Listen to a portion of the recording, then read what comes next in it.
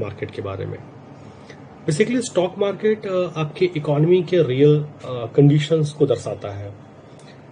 अगर मार्केट लगातार तरक्की कर रहा हो, आगे बढ़ रहा हो, तो इससे प्रिज्यूम होता है कि इकोनॉमी बेहतर कर रही है, क्योंकि जितनी भी लिस्टेड कंपनीज हैं आपके स्टॉक एक्सचेंजेस पे, चाहे वो एनएससी हो, बीएससी हो, अगर उसमें वैल्यूएशन ठीक ठाक है, कंपनी का इनकम हो रहा है, तो ग्रोथ की ट्रेजेक्टरी दिखती है और मार्केट में धीरे धीरे ग्रोथ आता है, मार्केट ऊपर की ओर बढ़ता है। आप सन 2024 से देख रहे होंगे मार्केट ने एक हाई लगाया था करीब 26,600 का, और वहां से लौट करके मार्केट आ गया 24,400 पे। पिछले कई एक महीनों से, कई एक ट्रेडिंग सेशन से मार्केट एक रेंज में फंसा हुआ है। अब भारतीयों की मूल समस्या क्या है ना, हम इंडियंस की मूल समस्या ये है कि हम लोग सिर्फ क्रिटिसिज्म बेहतर कर सकते हैं, लेकिन जब कहीं सहयोग करने की बात आती है, जब अपने रोल्स एंड रिस्पॉन्सिबिलिटीज को निभाने की बात आती है, तो हम सिर्फ प्रश्न खड़ा करते हैं, हम हल या उत्तर बनना नहीं चाहते। देखिए, स्वयं प्रधानमंत्री जी ने कहा इस बार कि भारतीयों को सोना खरीदने से परहेज करना चाहिए।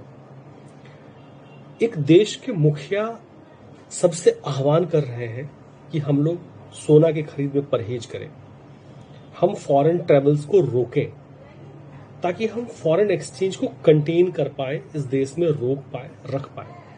तो इससे आपको माइक्रो और मैक्रो, मतलब सूक्ष्म और लघु, दोनों जो अर्थव्यवस्था की परिस्थिति है ना, बड़े अच्छे ढंग से समझ में आएगी। आप ये समझें कि जब से पिछले प्रधानमंत्री जी ने एक और विषय कहा था कि ये जो दशक है, ये एक तरह से चैलेंजिंग दशक है। ये पूरा 10 वर्ष जो है भारत के लिए या पूरे विश्व के लिए चैलेंजिंग है, क्योंकि हमने सबसे पहले कोविड देखा, एक पैंडेमिक था, आर्थिक गतिविधियां रुकी। हालांकि 2 साल में पूरे वर्ल्ड ने बहुत बेहतर ढंग से इसको फाइट बैक करा, इसके वैक्सीन बने और कोविड कंट्रोल हुआ, इकोनॉमी रीओपन हुई, इकोनॉमिक एक्टिविटीज बहुत तेजी से बढ़ी, और तेजी से बढ़ने के कारण आप देखिएगा कि जो जीडीपी ग्रोथ का आंकड़ा आया उसके बाद वो बहुत बढ़िया आया। और इसी वजह से आप देखिएगा मार्केट में अट्रैक्टिव वैल्यूएशंस जब शेयर मिल रहे थे, तो मार्केट ने बहुत धड़ाधड़ तेजी के साथ आगे तरक्की किया। मैं एक और फ्लैशबैक के पॉइंट पे ले जाता हूं कि तत्कालीन जो गवर्नमेंट है, इन्होंने अपना जो एजेंडा है, जो अपना विजन है, उसमें काफी जोर भारत में मेक इन इंडिया प्रोग्राम को दिया था। इसका पुरजोर विरोध, पुरजोर क्रिटिसिज्म जो है वो विपक्ष करती रही। हालांकि मेरे हिसाब से अगर एक कंस्ट्रक्टिव विपक्ष या एक कंस्ट्रक्टिव जनता का रोल निभाना हो, तो हमें अपने मुखिया, अपने लीडर में विश्वास करना चाहिए, क्योंकि जब कोई बातें की जाती हैं पूरे देश के लिए की जाती हैं। इसमें लाख मीन मेख निकाले गए कि ये योजना फेल हो गई, मेक इन इंडिया। लेकिन इस फेलियर का परिणाम क्या हुआ?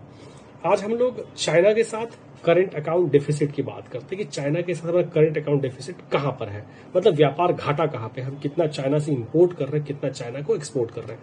मैं धीरे धीरे हर एक पहलू को खोल रहा हूं जो हम आज डिस्कस करेंगे, और इसी पहलू से हम लोग समझने की कोशिश करेंगे कि अभी भारत है कहां पर। और अर्थवेदा के थ्रू मैं जो बैंकिंग के एस्पिरेंट्स हैं उनको ये समझाने का प्रयास करूंगा कि आपने अर्थव्यवस्था को समझनी कैसी है, कैसे ब्रॉडर सेंस में इसको अंडरस्टैंड करना है। तो भारत में कौशल विकास योजना, भारत में मेक इन इंडिया प्रोग्राम, और साथ साथ जितना हम लोग फॉरेक्स अर्न करते हैं, इसके लिए गवर्नमेंट ने प्रयास किया ताकि जो इंडियन करेंसी है वो डिप्रिसिएट नहीं हो।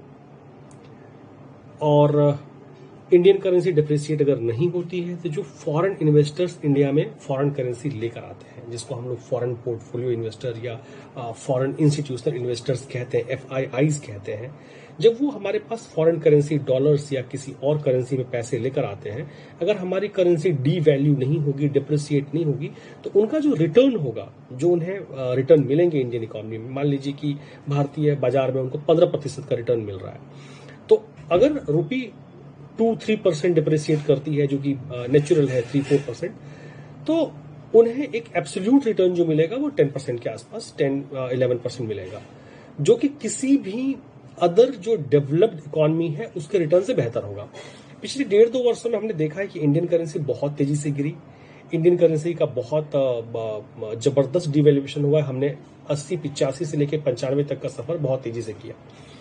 अब कोई FII अगर डॉलर के टर्म्स में पैसे लेकर आया होगा, तो उसने आज यहाँ पे डॉलर्स खरीदने के लिए, इन्वेस्टमेंट इंडियन करेंसी में हुई होगी, डॉलर्स खरीदने के लिए 95 रुपए खर्च करने पड़ेंगे। तो उस डिवैल्यूएशन ने उनके जो एप्रिसिएशन था, जो रिटर्न ऑन कैपिटल था, उसको ईट अप किया।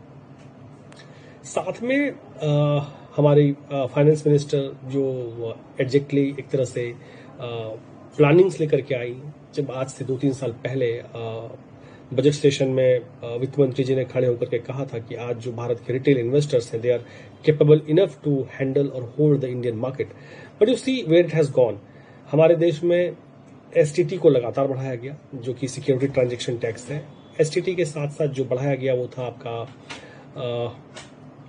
मुझे लगता है 2 और टैक्सेशंस लाए गए, long term capital gains, short term capital gains, जिससे कि आपके रिटर्न ईटअप होते हैं। अब इन सब परिस्थितियों को अगर जोड़कर आप देखते हैं तो जोड़ने से ये हुआ कि कौशल विकास की योजना सरकार लाई, मेक इन इंडिया का प्रोग्राम लेकर के आई, अनवरत काम करने का प्रयास किया गया। गवर्नमेंट ने बहुत सारे जो है अपने वर्कशॉप्स कराए, लोगों को सेंसिटाइज करा, स्टार्टअप्स का कंसेप्ट लेकर के आए, उन्हें कुछ इंसेंटिवाइज करा। बट इंसेंटिवाइज करने के बाद इस देश में बना क्या और निकला क्या? तो अभी आपने देखा ही होगा कि एआई में चाइना कहाँ पे है, रोबोटिक्स में, इंजीनियरिंग में कहाँ पे है, और हमारे यहाँ पे एक गलगोटिया यूनिवर्सिटी है, उन्होंने भी कुछ बनाया था मॉडल। एक और पॉइंट आपको नोट करना पड़ेगा इसके साथ साथ, जो मैं कहना चाह रहा था, ये तो हो गए 3 पहलू, और चौथा एक पहलू था कि आज से 3-4 साल पहले ही हमारे माननीय प्रधानमंत्री जी ने सौर ऊर्जा के विषय में रिन्यूएबल एनर्जी फोकस जो होना चाहिए, उसके लिए कंट्री में काफी जोर दिया था कि हम लोग जो है हर घर के ऊपर एक सोलर पैनल्स लगाए। गवर्नमेंट सब्सिडी भी दे रही है, लेकिन हम वहां भी नहीं जगे।